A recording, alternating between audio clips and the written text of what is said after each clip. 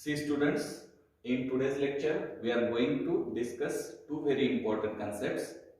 First one, it is common ion effect.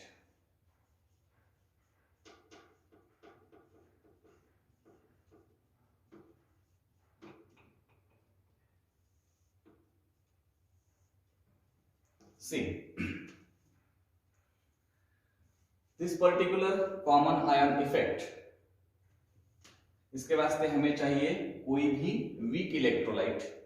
Electrolyte आप लोग जानते हो, substance giving positive and negative ions. तो इसके वास्ते हमें चाहिए weak electrolyte. Suppose I am having this example CH3 COOH acetic acid or ethanoic acid. When this particular acetic acid it is dissolved in water, then what is going to happen? See, slowly it will ionize. इससे जो ions बनेंगे वो है CH3CO minus और H plus. अब यहां पे हम लोग देख सकते हैं कि इक्विलिब्रियम कंडीशन आएगी. रिएक्शन रिवर्सिबल है. when the rate of forward reaction and rate of reverse reaction will be equalized, at that time we can say that equilibrium has been arrived. अब देखो, ये जिस बर्तन में हमने वाटर लिया है उसमें ये एसिटिक एसिड हमने छोड़ दिया है. अगर उसी वेसल के अंदर, उसी बर्तन के अंदर अगर मैं कोई ऐसा सॉल्ट ऐड कर देता हूं, this is called as sodium salt of acetic acid or simply sodium acetate. This salts are completely soluble in the water. Salts are strong electrolytes, we can say. So this particular salt when added to water, what will happen? There is formation of acetate ions plus Na plus ions. Look at these two reactions carefully. इन दोनों reaction में से हम लोग equilibrium constant किसे apply कर सकते हैं? To the first reaction, क्योंकि ये दोनों तरफ जा सकती है. This electrolyte gets completely dissolve, तो इसका मतलब है इससे पूरी तरीके से आयंस बन जाएंगे, ये नहीं बचेगा. It will not remain behind. तो ये पूरी तरीके से आयंस में कन्वर्ट हो जाएगा. अब देखो what is going to happen. Applying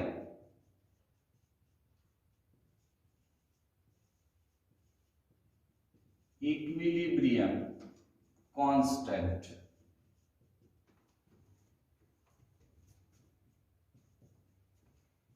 to first reaction. क्या होने वाला है? इक्विलिब्रियम कांस्टेंट कैसे अप्लाई करेंगे हम लोग? concentration of CH3CO minus into concentration of H plus upon concentration of CH3COOH. It will be called as. Now see, these two reactions, they are taking place in the same vessel. एक ही बर्तन में ये reactions होने हैं.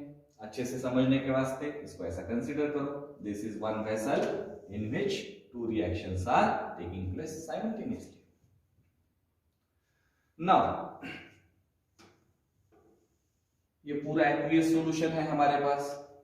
देखो, how many species are present in this particular vessel? Suppose this is the question. तो हम लोग क्या सोचेंगे? See, there is presence of H plus ions, one species. There is presence of second species Na plus ions. इसी बर्तन के अंदर third species है, ये दोनों एक ही हैं. एसिटेट आयन थर्ड स्पेसीज और चौथी स्पेसीज वो रहेगी एसिटिक एसिड. ये स्पेसीज को आप काउंट नहीं करेंगे क्योंकि इसका 100% क्या हो चुका है? डिसोसिएशन हो चुका है.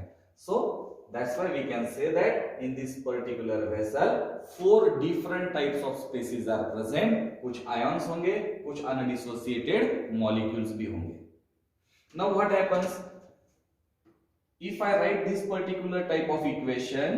This relation is correct for reaction number 1 only. यहां पे जो भी एसिटेट आयन का कॉन्सेंट्रेशन है वो एसीटेट आयन का कॉन्सेंट्रेशन पहले रिएक्शन को ध्यान में रखे हुए लिखा है। लेकिन क्या हो रहा है देखो ठीक से, due to dissolution of salt some more ions are produced. Acetate ion, here again acetate ion, so acetate ion is the common ion of this particular reaction.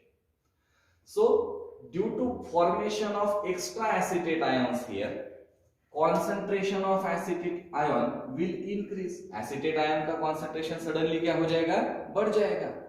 If the concentration of acetate ion increases, these two things are directly proportional to each other. ये दोनों चीजें देख लो directly proportional है।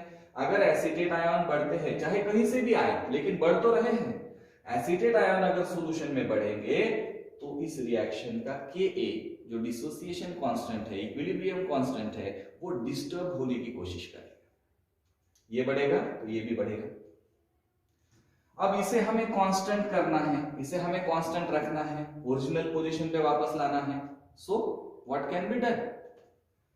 ये दोनों तो आपस में कंबाइन नहीं हो सकते क्योंकि रिएक्शन का ड्राइविंग फोर्स ही इस तरफ है, वापस आने का कोई चांस नहीं है। तो एक चांस है हमारे पास, what we can do, so these two ions can combine in order to form acetic acid. क्योंकि ये रिएक्शन का नेचर रिवर्सिबल है तो ये दो आयंस एक दूसरे के साथ कंबाइन होके वापस एसिटिक एसिड बना सकते हैं। What will happen then? सोचो, concentration of acetate, concentration of EH+, ये दोनों कॉन्सेंट्रेशंस जो है न्यूमरेटर में लिखे वाले, ये अगर थोड़े थोड़े कम होते हैं तो इसका मतलब है जो बढ़ने वाला Ka था वो वापस आ जाएगा। Moreover these two things are inversely proportional. ये दोनों कंबाइन होके वापस से अगर एसिटिक एसिड बनता है तो इसका कॉन्सेंट्रेशन जितना बढ़ेगा वो इतना Ka वापस कम हो जाएगा, अपनी जगह पे आ जाएगा। सो Ka remains constant. In order to keep the value of Ka constant, all these things are happening. So what is common ion effect then? देखो, we are having a weak electrolyte. अब weak electrolyte है यानी इसका degree of dissociation alpha जो है वो बहुत कम है, ऑलरेडी लेस है, पहले ही इसका डिसोसिएशन ज्यादा नहीं हो पाएगा, ये पता है हमें। Alpha is less for weak electrolytes. Due to addition of strong electrolyte, see due to addition of strong electrolyte some more ions are formed, और जो भी आयंस इसमें बने हैं उसमें दोनों रिएक्शंस को कंपेयर करने के बाद कोई एक आयन अगर दोनों रिएक्शन में क्या होता है, कॉमन आयन होता है, तो उस कॉमन आयन की वजह से जो रिवर्सिबल रिएक्शन है वो रिवर्स डायरेक्शन में बैक साइड चल जाएगी। पहले ही डिसोसिएशन कम हुआ था, अब जो भी कुछ थोड़े बहुत आयंस थे वो भी कंबाइन होके वापस चले जा रहे हैं, यानी अल्फा पहले से लेस है वो और ज्यादा लेस हो जाएगा। So what is the statement of common ion effect? The degree of dissociation of weak electrolyte is suppressed, और कम हो रहा है। The degree of dissociation of weak electrolyte will be suppressed due to addition of a strong electrolyte which contains one of the ion as common ion effect. So this is one very important concept, common ion effect. It is very much helpful in understanding buffer solutions. अगर हमें buffer solutions ठीक से समझने हैं तो हमें common ion effect अच्छे से आना चाहिए।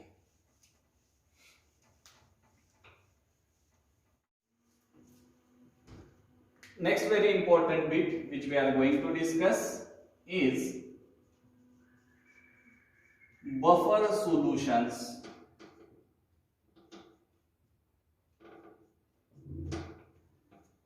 एक एग्जांपल देखो, suppose in a container I am having water with me. अब वाटर में H+ और OH- आयंस बहुत कम होते हैं, ये हम लोग पढ़ चुके हैं आयोनिक प्रोडक्ट ऑफ वाटर में। सो जितने भी कम हो, लेकिन कॉन्सेंट्रेशन ऑफ H+ और कॉन्सेंट्रेशन ऑफ OH- हमेशा उसमें इक्वल ही होता है. Water has less number of H+, less number of OH-, agreed, but whatever the number of H+ ions are there, exactly the same number of OH- ions are present, and that's why water is said to be neutral in nature. अगर water में H+ ज्यादा होते, OH- कम होते, तो फिर solution acidic होता, water acidic होता, solvent acidic कहलाता. ऐसा नहीं है. So same number of H+ and OH- ions are present here.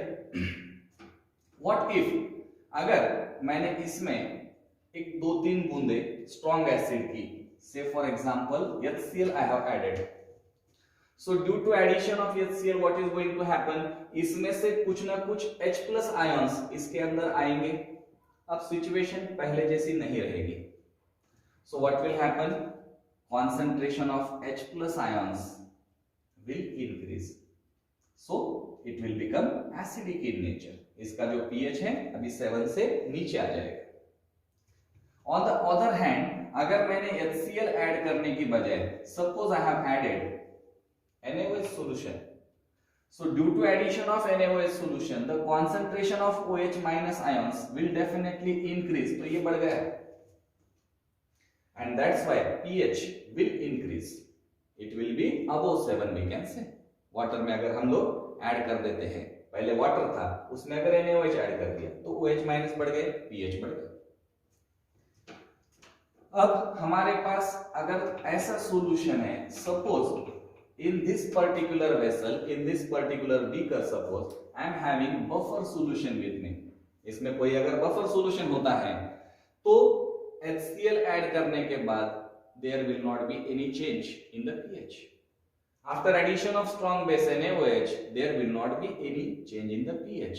So such type of solutions which resist the change in pH, ऐसा solution जो खुद का pH बदलने नहीं देता है, even if a small quantity of strong acid or small quantity of strong base is added.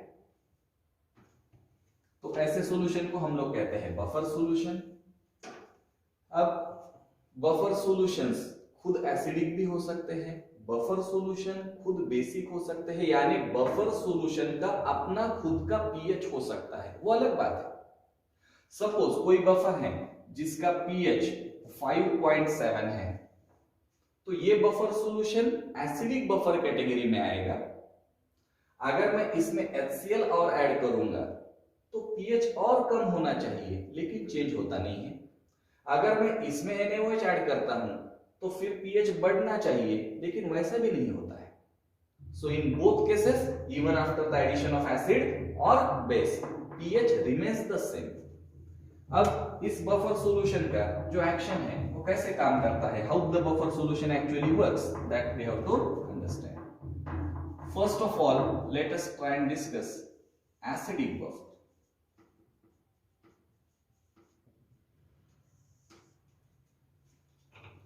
How to prepare an acidic buffer? See, it is very simple. For the preparation of acidic buffer, we require weak acid and salt of strong base. अब देखो, weak acid यानी suppose मेरे पास है CH3COOH acetic acid, और इसी weak acid का salt of strong base with same weak acid. देख लो अच्छे से.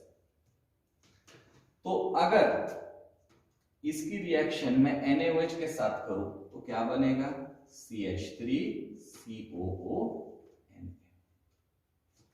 ये दो कंपाउंड्स हैं, दोनों का क्वांटिटी इक्वल लेना है हमें, 50% 50%, और इन दोनों का एक्वियस सॉल्यूशन बनाना है. So there is formation of acidic buffer.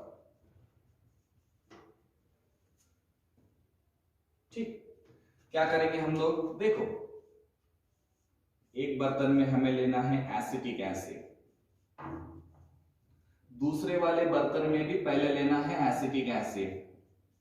समझने की कोशिश करो.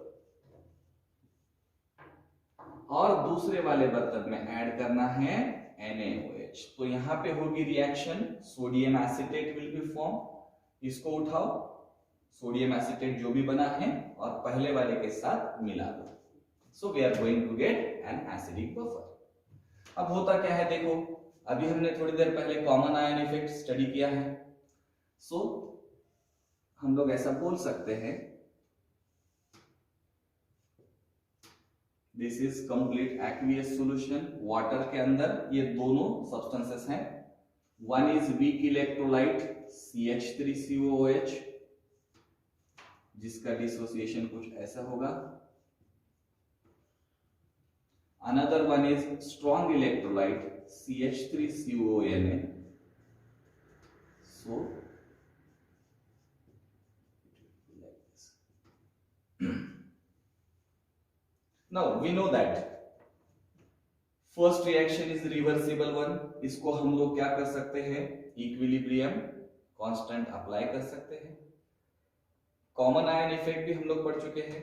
Due to presence of this common ion, these two ions will combine in order to form more and more number of acetic acid molecules. तो जब तक common ion effect यहां पे है तब तक एसिटिक एसिड, पहले ही उसका डिसोसिएशन कम था, अब और ज्यादा कम हो गया है।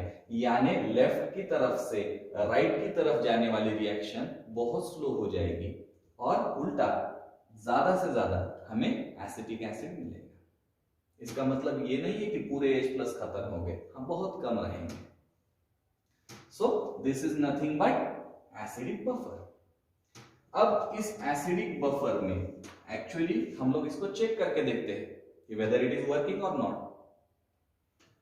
सो एडिशन ऑफ स्ट्रॉन्ग एसिड,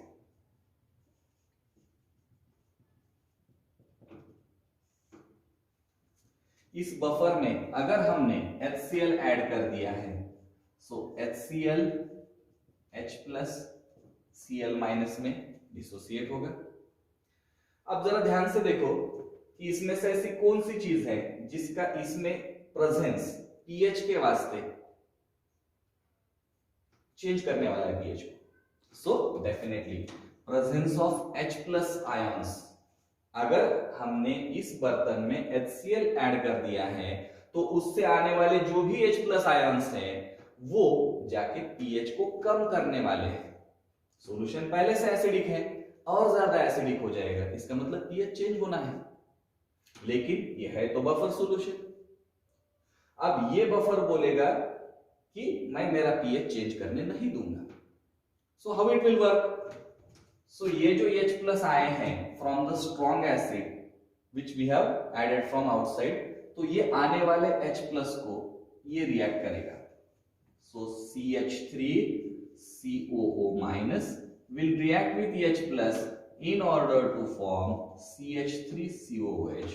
देख लो ठीक से, अभी राइट साइड में जो है कोई भी फ्री H+ नहीं है and that's why pH of solution will not change. आप बोलेंगे सर यहाँ पे तो एसिटिक एसिड बना है तो इसकी वजह से कोई फर्क नहीं पड़ेगा। बिल्कुल नहीं। एक तो ये एसिटिक एसिड वीक है और ये जो एसिटिक एसिड है वो पहले से यहाँ पे मौजूद है।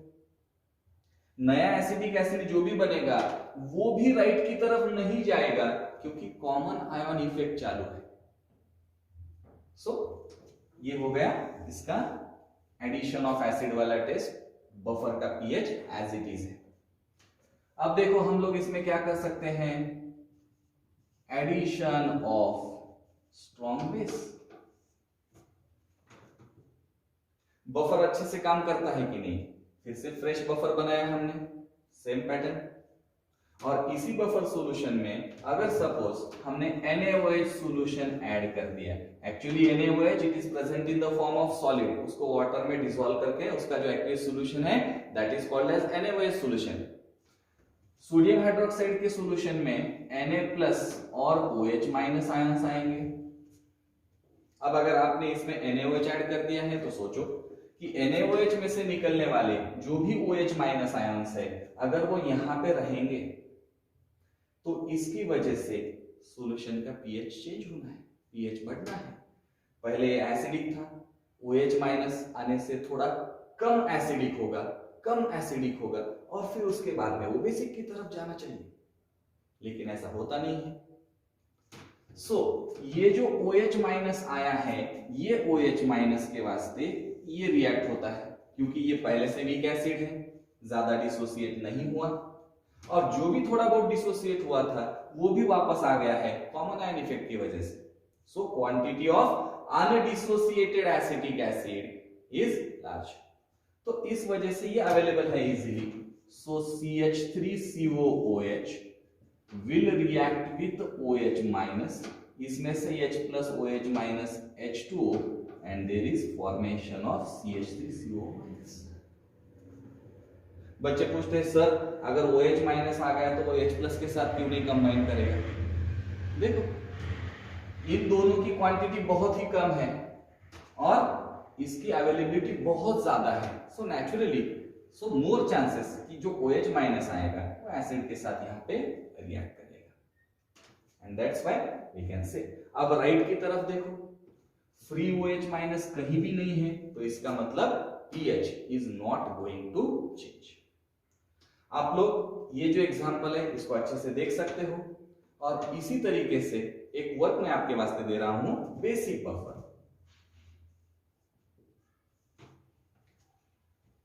जैसा वीक एसिड से हमने स्टार्ट किया है, तो हम लोग लेंगे वीक बेस और salt of same weak base with strong acid.